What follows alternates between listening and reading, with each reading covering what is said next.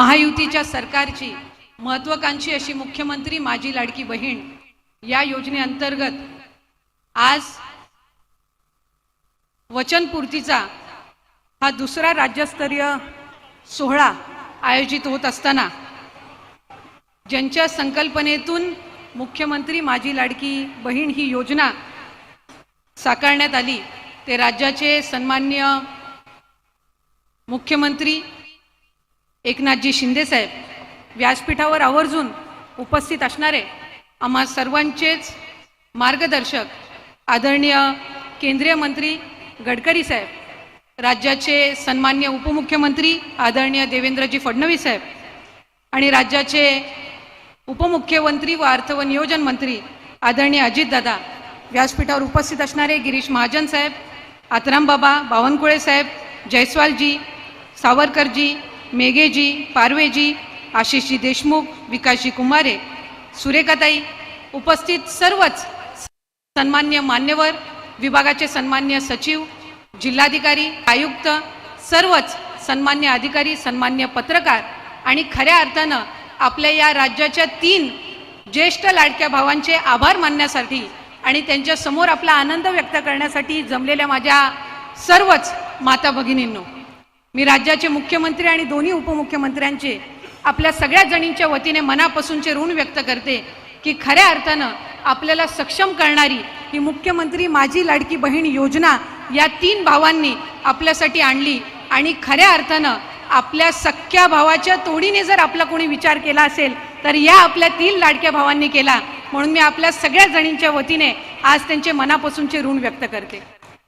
आजचा हा दिवस आमच्या सगळ्यांसाठीच अतिशय आनंदाचा दिवस आहे, कारण 17 ऑगस्टला राज्याचे सन्मान्य मुख्यमंत्री आणि दोन्ही उपमुख्यमंत्र्यांच्या मार्गदर्शनाखाली राज्यस्तरीय वितरणाचा पहिला वचनपूर्ती सोहळा आपण आयोजित केला आणि त्या वचनपूर्ती सोहळ्यामध्ये 1,07,00,000पेक्षा अधिक महिलांना आपण 3,000 इतका जो लाभ आहे तो जुलै आणि ऑगस्ट महिन्याचा वितरित करण्यात आला. आणि आज 31 ऑगस्ट रोजी 1 ऑगस्टपासून 24 पर्यंत ज्या माझ्या माता भगिनींनी या योजनेअंतर्गत अर्ज केले त्या पात्र अर्जांचे जवळपास 52 लाख भगिनींना आजच्या या सोहळ्याच्या निमित्ताने आपण 3,000 इतकी जो त्यांचा सन्मान निधी आहे हा वितरित करत आहोत.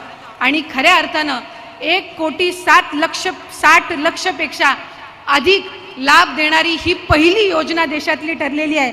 याचा निश्चितपणाने आम्हाला सगळ्यांनाच अभिमान आहे. आज मोठ्या संख्येने इथं माझ्या माता भगिनी उपस्थित राहिल्या. खरं तर आम्ही नियोजन करत असताना साधारणपणे 40,000 इतक्या माता भगिनी उपस्थित राहतील असा आमचा आणि स्थानिक प्रशासनाचा अंदाज होता.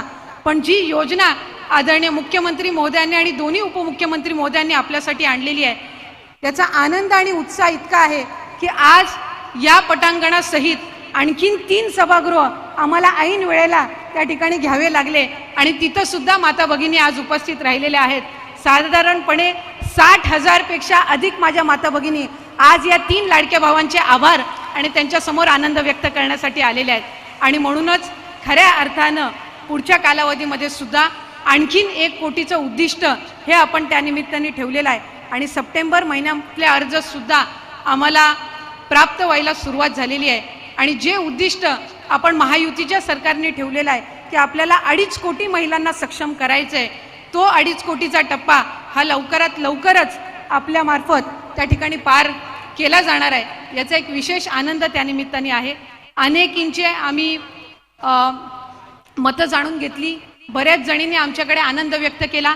आज सकाळी साहेब नागपूर विभागातील आपण 5.25 लाख महिलांना आपण आज सकाळी त्या ठिकाणी त्यांचा जो सन्मान निधी आहे तो वितरित केला आणि त्यांच्या सगळ्याच जणींकडून आपल्या सगळ्यांचे आपल्या तिघांचे प्रामुख्याने आभार मानले जात आहेत. आणि खऱ्या अर्थानं विभाग म्हणून ही महत्त्वाकांक्षी योजना आम्हाला आज राबवायला मिळाली याचा निश्चितच आम्हाला आनंद आणि अभिमान आहे. पुढच्या कालावधीमध्ये अधिक चांगल्यारीत्या ही योजना आणखीन लाभार्थ्यांपर्यंत पोहोचवण्याचं काम हे विभागामार्फत करण्यात येईल. आज महिला व बालविकास विभागाअंतर्गत या व्यतिरिक्त पिंक रिक्षाची योजना साहेब आपण घोषित केलेली आहे आणि राज्यातील 17 महानगरपालिकांमध्ये 10,000 पिंक रिक्षा या आपण त्या ठिकाणी उपलब्ध करून देणार आहोत, जेणेकरून 10,000 महिलांना रोजगारी मिळणार आहे आणि त्या रिक्षांमधून प्रवास करत असणाऱ्या माझ्या माता भगिनींना सुद्धा सुरक्षित वाटणार आहे. नागपूर महानगरपालिका क्षेत्रामध्ये 1400 पिंक रिक्षा या आपण उपलब्ध करून देणार आहोत. त्याच्यातून माझ्या माता भगिनींना रोजगारी मिळेल आणि त्या पिंक रिक्षामधून प्रवास करणाऱ्या माता भगिनींना सुरक्षतेचं वातावरण निश्चितपणाने अधिकरित्या जाणवणार आहे. त्यामुळे या सर्व योजना करत असताना लेक लाडकी योजना असेल, लाडकी बहीण योजना असेल, मुख्यमंत्री महिला सशक्तीकरण अभियानाअंतर्गत 2 कोटीपेक्षा अधिक महिलांना आर्थिकरित्या सक्षम करण्याचं आपलं अभियान असेल, हे सगळे अभियान मुख्यमंत्र्यांच्या आणि दोन्ही उपमुख्यमंत्र्यांच्या मार्गदर्शनाखाली महिला व बालविकास विभाग अधिक काटेकोरपणाने त्याचं पालन करेल.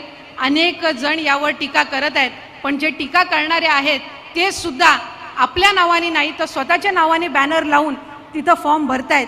काहींनी साहेब हाही प्रयत्न केला की चुकीचे अर्ज भरून कसा या माता भगिनींचा लाभ अडवता येईल, हा सुद्धा प्रयत्न करण्यात आलेला आहे.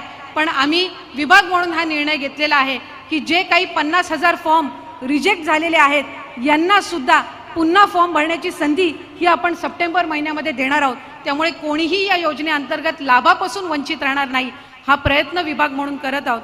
त्याचबरोबर माझ्या अंगणवाडी सेविका, माझ्या मदतनीस यांनी जी मेहनत या योजनेमध्ये घेतलेली आहे ती उल्लेखनीय आहे. आणि म्हणूनच नवरात्राच्या पार्श्वभूमीवर जे इन्सेंटिव्ह आपण या योजनेअंतर्गत देत आहोत ते सुद्धा देण्याचं प्रयोजन हे आम्ही नवरात्रीच्या पार्श्वभूमीवर करत आहोत. त्यामुळे खऱ्या अर्थानं महिलांना सक्षम करण्याचं काम या महायुतीच्या सरकारच्या माध्यमातून होत आहे. आणि माझी तुम्हा सगळ्याच जणींना विनंती आहे की या योजनेचा लाभ आपण जसा जुलै महिन्यापासून घेत आहात तसंच हा जो सन्मान निधी दिला जात आहे या निधीमार्फत आपल्याला अधिकाधिक स्वतःला सक्षम करून घ्यायचं आहे. आणि म्हणूनच या योजनेअंतर्गत आम्ही जॉईंट अकाउंटचा नियम न ठेवता तुमचं स्वतंत्र खातं असावं हा नियम ठेवला. कारण ज्या वेळेला तुमच्या स्वतंत्र खात्यावर डीबीटी येतो आणि त्याचा त्या ठिकाणी पाहायला मिळतो त्यावेळेला तो आनंद हा आपण कुठल्याही दुसऱ्या आनंदासोबत याची तुलना करू शकत नसतो.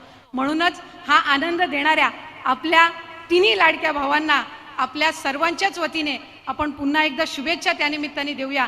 त्यामुळे माझी सर्व माता भगिनींना विनंती राहील की राज्याचे लाडके मुख्यमंत्री एकनाथजी शिंदे साहेब, उपमुख्यमंत्री फडणवीस साहेब आणि उपमुख्यमंत्री अजितदादा या 3 आपल्या ज्येष्ठ लाडक्या भावांसाठी एकदा जोरात आपण टाळ्या वाजवून त्यांचे मनापासूनचे ऋण या ठिकाणी व्यक्त करूयात. या विभागामार्फत आम्हाला ही योजना राबवता येत आहे याचे पुन्हा एकदा मी मनापासून आपल्या या 3 मोठ्या बंधूंचे आभार मानून या ठिकाणी थांबते. धन्यवाद. जय हिंद, जय महाराष्ट्र.